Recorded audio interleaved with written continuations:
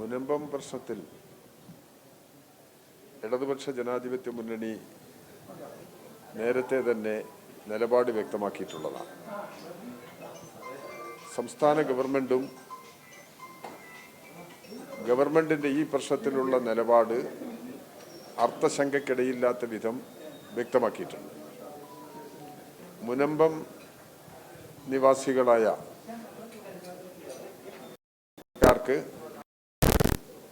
അവരുടെ കൈവശ ഭൂമിക്ക് അംഗീകാരം കിട്ടണം.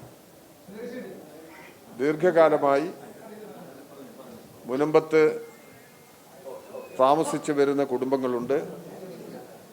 ആ കുടുംബങ്ങളുടെ സംരക്ഷണത്തിനാവശ്യമായ നിലപാട് സ്വീകരിക്കണം എന്നാണ് ഇടതുപക്ഷ ജനാധിപത്യ മുന്നണിയും സംസ്ഥാന ഗവൺമെന്റും വ്യക്തമാക്കിയിട്ടുള്ളത്. ആ നിലപാടിൽ നിന്ന് ഗവൺമെന്റിനോ ഇടതുപക്ഷ ജനാധിപത്യ മുന്നണിക്കോ മാറ്റമില്ല. മുനമ്പത്ത് കൈവശക്കാരായ മുഴുവൻ ആളുകൾക്കും അവകാശം ലഭിക്കണം. നിയമപരമായി ഭൂമിയുടെ പ്രശ്നങ്ങൾ കൈകാര്യം ചെയ്യണം. ഇതാണ് നിലപാട്.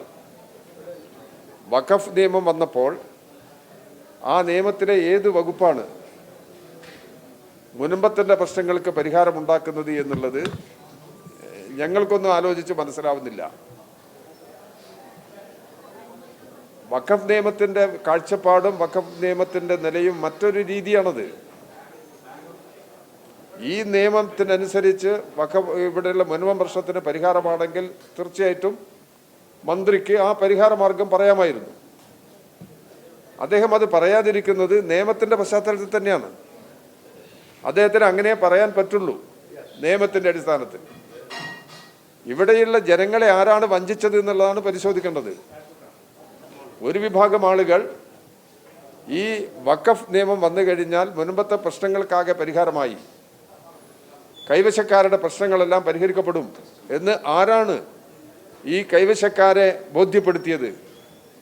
അതാണ് പരിശോധിക്കേണ്ടത്. അപ്പോൾ ഈ കൈവശക്കാരുടെ പ്രശ്നങ്ങൾ പരിഹരിക്കാൻ സംസ്ഥാന ഗവൺമെന്റ് പ്രായോഗികമായ നിലപാട് സ്വീകരിച്ചിട്ടുണ്ട്. അതാണ് ഇതൊരു സങ്കീർണമായ വിഷയമായതുകൊണ്ട് ഒരു ജുഡീഷ്യൽ കമ്മീഷന്റെ പരിശോധനയ്ക്ക് വിധേയമാക്കി അവരുടെ റിപ്പോർട്ടിൻ്റെയും കൂടി അടിസ്ഥാനത്തിൽ ഈ പ്രശ്നത്തിന് ശാശ്വതമായ പരിഹാരം വേണം, നിയമപരമായ പരിഹാരം വേണം എന്ന നിലപാടാണ് കേരളത്തിലെ ഇടതുപക്ഷ ജനാധിപത്യ മുന്നണി ഗവൺമെന്റ് ഈ കാര്യത്തിൽ സ്വീകരിച്ചത്. ഗവൺമെന്റിന്റെ ആ നിലപാട് ഇപ്പോഴും മാറ്റമില്ല. കേന്ദ്രമന്ത്രി മുനമ്പം സന്ദർശിച്ച് പറഞ്ഞിട്ടുള്ള അഭിപ്രായങ്ങളുടെ അടിസ്ഥാനത്തിൽ എന്താണ് ഇവിടെ സംഭവിക്കുക? മന്ത്രി പറഞ്ഞിട്ടുള്ള അഭിപ്രായം ഇതിന് നിയമപരമായ പരിഹാരം ഇനിയും ഉണ്ടാകേണ്ടതുണ്ട് എന്നാണ്. വഖഫ് ഭേദഗതി നിയമം ഇതിന് പ്രശ്നം പരിഹരിക്കുമെങ്കിൽ ആ നിയമത്തിന്റെ അടിസ്ഥാനത്തിൽ ഈ പ്രശ്നം പരിഹരിക്കാനുള്ള പ്രായോഗികമായ നിലപാട് സ്വീകരിച്ചാൽ മതിയല്ലോ. അപ്പോൾ ആരാണ് ജനങ്ങളെ വഞ്ചിച്ചത്? ഇപ്പം വഖഫ് ഭൂമിയും അവിടെയുള്ള ഈ മുനമ്പം ഭൂമിയുമായി ബന്ധപ്പെട്ട് ചിലർ പറഞ്ഞിട്ടുള്ള പ്രതികരണം, ഇനി ഞങ്ങൾക്ക് സംസ്ഥാന ഗവൺമെന്റിലെ ആശ്രയമുള്ളൂ, സംസ്ഥാന ഗവൺമെന്റ് ഈ പ്രശ്നത്തിൽ ന്യായമായ തീരുമാനമെടുക്കണം എന്ന നിലപാട് ചിലർ ഇപ്പോൾ മുന്നോട്ട് വെച്ചിട്ടുണ്ട്. സംസ്ഥാന ഗവൺമെന്റ് മുൻപും ഒരേ നിലപാടാണ് എടുത്തത്, ഇപ്പോഴും അതേ നിലപാടാണ്. വഖഫ് നിയമം വന്നതിന് ശേഷമുള്ള നിലപാടിൽ മാറ്റമില്ല. ഇടതുപക്ഷ ജനാധിപത്യ മുന്നണി ഗവൺമെന്റിന്റെ നിലപാടിൽ മാറ്റമില്ല. അവിടെ കൈവശക്കാരായ താമസക്കാരുടെ പക്ഷത്താണ് ഈ ഗവൺമെന്റ്. ഇടതുപക്ഷ ജനാധിപത്യ മുന്നണിയും ഈ നിലപാട് വ്യക്തമാക്കിയിട്ടുണ്ട്. അതുകൊണ്ട് ഇതിൻ്റെ എല്ലാം അടിസ്ഥാനത്തിൽ എന്താണ് വസ്തുത എന്നുള്ളത് ജനങ്ങൾക്ക് തിരിച്ചറിയാൻ കഴിയും. ഇപ്പോഴെങ്കിലും ജനങ്ങൾക്ക് ബോധ്യപ്പെടും. വഖഫ് നിയമവുമായി ബന്ധപ്പെട്ട് വരുന്നൊരു പ്രശ്നം എല്ലാവരും ശ്രദ്ധിച്ചില്ലേ? മുസ്ലിം സമുദായത്തിനുള്ള അവകാശം ഒഴിവാക്കുകയാണ്. അതിനോട് ഇടതുപക്ഷ ജനാധിപത്യ മുന്നണിക്ക് യോജിപ്പില്ല. വഖഫ് ബോർഡിൽ ഇതുവരെ ഇല്ലാത്ത നിലയിൽ മുസ്ലിം സമുദായമല്ലാത്ത ആളുകളെ കൂടി ഉൾപ്പെടുത്തി എന്താണോ ഒരു വിഭാഗത്തിന് അവകാശപ്പെട്ട സ്വത്ത്, വഖഫാണെങ്കിൽ നിയമപരമായിട്ട് ഏതെങ്കിലും ഭൂമി പിടിച്ചെടുത്തതല്ല. വഖഫ് ഭൂമി എന്ന് പറയുന്നത് സ്വയമേവ സംഭാവന നൽകുന്ന സ്വത്താണ്, വഖഫിന്റെ സ്വത്ത്. അവിടെയാണ് പ്രശ്നം. ആ സ്വത്തിന്റെ അവകാശം ആർക്കാണ് നിഷേധിക്കാൻ കഴിയുക? നിഷേധിക്കുന്നത് ശരിയാണോ? അപ്പോൾ അത്തരമൊരു സംരക്ഷണം ഒരു മതന്യൂനപക്ഷ വിഭാഗത്തിന് അങ്ങനെയുള്ള സംരക്ഷണം കൊടുക്കുന്നത് ഇല്ലാതാക്കുന്നതിന് വേണ്ടിയാണ് ഈ വഖഫ് ഭേദഗതി നിയമം കൊണ്ടുവന്നിരിക്കുന്നത്. അത് ഇന്ത്യയിൽ ഇന്ന് സ്വീകരിച്ചു വരുന്ന പല നിലപാടുകളുടെയും ഒരു തുടർച്ചയാണ്. എല്ലാ മേഖലകളിലും വളരെ മർമ്മപ്രധാനമായ മേഖലകളെ ജുഡീഷ്യറി, വിദ്യാഭ്യാസം, ഈ മേഖലയിലെല്ലാം വർഗീയത വലിയ തോതിൽ സ്വാധീനം ചെലുത്തുന്ന നിലപാട് കേന്ദ്ര ഗവൺമെൻറ്റിൻ്റെ സമീപനത്തിൻ്റെ ഭാഗമായി എടുക്കുന്നു. ഞാൻ പലപ്പോഴും ആവർത്തിച്ച് പറഞ്ഞിട്ടുണ്ട്, കേന്ദ്ര ഗവൺമെൻറ് മതരാഷ്ട്രവാദം ഉയർത്തുന്ന ശക്തികളുടെ പിടിയിൽ നിൽക്കുന്ന ഒരു ഗവൺമെൻറ്റാണ്. RSS സംഘപരിവാർ ശക്തികൾ മതരാഷ്ട്രവാദം ഉയർത്തുന്നവരാണ്. മതരാഷ്ട്രവാദം യഥാർത്ഥത്തിൽ വർഗീയമാണ്. ആ വർഗീയ നിലപാട് അവർ തുടരുന്നു എന്നുള്ളതാണ് വളരെ ഗൗരവമായിട്ടുള്ള പ്രശ്നം. വർഗീയ നിലപാട് വർഗീയ ശക്തികളും കോർപ്പറേറ്റുകളുമായി സഖ്യമുണ്ടാക്കി ജനതയെ ഭിന്നിപ്പിക്കുകയാണ്. അതാണ് ഇന്ത്യയിൽ സംഭവിച്ചുകൊണ്ടിരിക്കുന്നത്. ഇതിൽ നിന്ന് ഈ ഒരു നിലപാടിനെ ജനങ്ങൾ തിരിച്ചറിഞ്ഞ് പ്രശ്നത്തിന് ശാശ്വതമായ പരിഹാരമുണ്ടാക്കുന്നതിലേക്ക് എത്തിച്ചേരും എന്നുള്ളത് തന്നെയാണ് ഞങ്ങൾ പ്രതീക്ഷിക്കുന്നത്.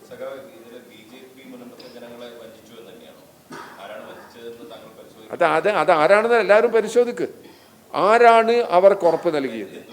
ഈ നിയമത്തിൻ്റെ അടിസ്ഥാനത്തിൽ അവിടുത്തെ നിവാസികൾക്ക് സംരക്ഷണം കിട്ടുമെന്ന് അവരെ ധരിപ്പിച്ചത് BJP അല്ലേ?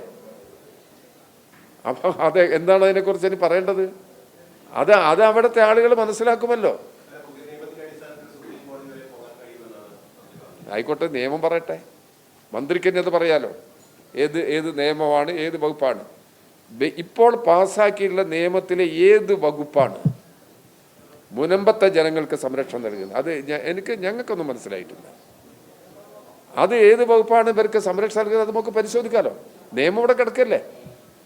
നിയമം എല്ലാവർക്കും കിട്ടുന്നതാണല്ലോ. അത് ഒരു പബ്ലിക് ഡോക്യുമെൻ്റ് ആയിട്ട് മാറിയിട്ടുണ്ടല്ലോ. എല്ലാവർക്കും അത് കാണാൻ സാധിക്കുമല്ലോ. അപ്പോൾ അത് നമുക്ക് പരിശോധിക്കാം. പക്ഷേ ഞങ്ങളെ പരിശോധനയിൽ ഇത് മനസ്സിലാക്കാൻ കഴിയുന്നില്ല. അതാണ് നില.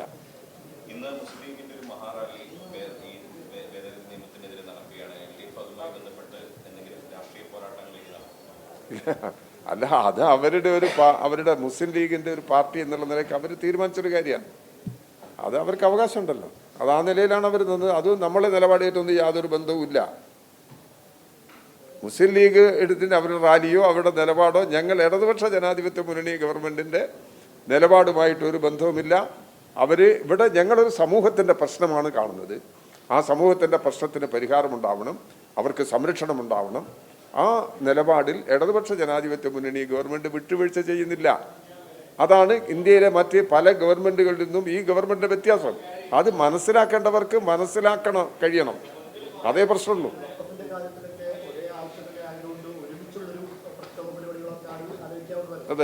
അതിലെന്താ പ്രശ്നം എന്ന് പറഞ്ഞാൽ, ഇന്ത്യൻ യൂണിയൻ മുസ്ലിം ലീഗ് എടുക്കുന്ന എല്ലാ നിലപാടിനോടൊന്നും നമുക്ക് യോജിപ്പില്ല.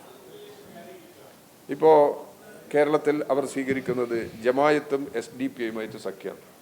സഖ്യം എന്ന് പറഞ്ഞാൽ അവരുമായി ചേർന്നുകൊണ്ട് അവരെ എല്ലാം UDFനകത്ത് നിർത്തിയിരിക്കുകയാണ്. അതിന് നേതൃത്വം കൊടുക്കുന്നത് ലീഗാണ്. ലീഗ് പറയുന്നത് അവർ മതനിരപേക്ഷ നിലപാടെടുക്കുന്നു എന്നാണ് പറയുന്നത്. മതനിരപേക്ഷ നിലപാട് സ്വീകരിക്കുന്നവർക്ക് എങ്ങനെ മതരാഷ്ട്രവാദം ഉയർത്തിപ്പിടിക്കുന്ന ആളുകളുമായിട്ട് സഹകരിക്കാൻ കഴിയും? അവിടെയാണ് ലീഗ് ഉയർത്തിപ്പിടിക്കുന്ന നിലപാടിൽ സംശയം ജനിപ്പിക്കുന്നത്. ഇപ്പോൾ ഏറ്റവും അവസാനം എന്തോ ജമായത്തിനെതിരായിട്ട് എന്തോ ഒരു നിലപാടങ്ങാൻ ലീഗ് പറഞ്ഞെന്നാണ് കേൾക്കുന്നത്. അതെന്താണെന്നുള്ളത് കൂടുതൽ വ്യക്തത വരുത്തേണ്ട ഒരു പ്രശ്നമാണ്. അത് വ്യക്തത വരുത്തിയതിന് ശേഷം നമുക്ക് പ്രതികരിക്കാം. ലീഗ് ജമായത്തിനെയും SDPയെയും തള്ളിപ്പറയാൻ തയ്യാറാണോ? കഴിഞ്ഞ പാർലമെൻറ്റ് തെരഞ്ഞെടുപ്പിലും ഉപതെരഞ്ഞെടുപ്പുകളിലും ലീഗ് സ്വീകരിക്കുന്ന നിലപാടെന്താ? ജമായത്തിനെയും SDPയെയും ലീഗിൻ്റെ പക്ഷത്ത് UDFൻ്റെ പക്ഷത്ത് കൊണ്ടുവരാനാണ്. അത് ശരിയല്ല എന്ന നിലപാട് ലീഗ് പറയുമോ? ലീഗ് ഉയർത്തിപ്പിടിക്കുന്നുണ്ടോ? എങ്കിൽ ലീഗിൻ്റെ നിലപാടിൽ മാറ്റം വന്നു എന്നുള്ളത് നമുക്ക് പറയാൻ സാധിക്കാം. ഇല്ലെങ്കിൽ വർഗീയമായ നിലപാടിൽ ലീഗ് ചേർന്ന് നിൽക്കുന്നു എന്ന് തന്നെ കണക്കാക്കേണ്ടതായിട്ട് വരും. ലീഗിൻ്റെ നിലപാട് മാറ്റിയിട്ടില്ലെങ്കിൽ അത് നമുക്ക് കാത്തിരുന്ന് കാണാം.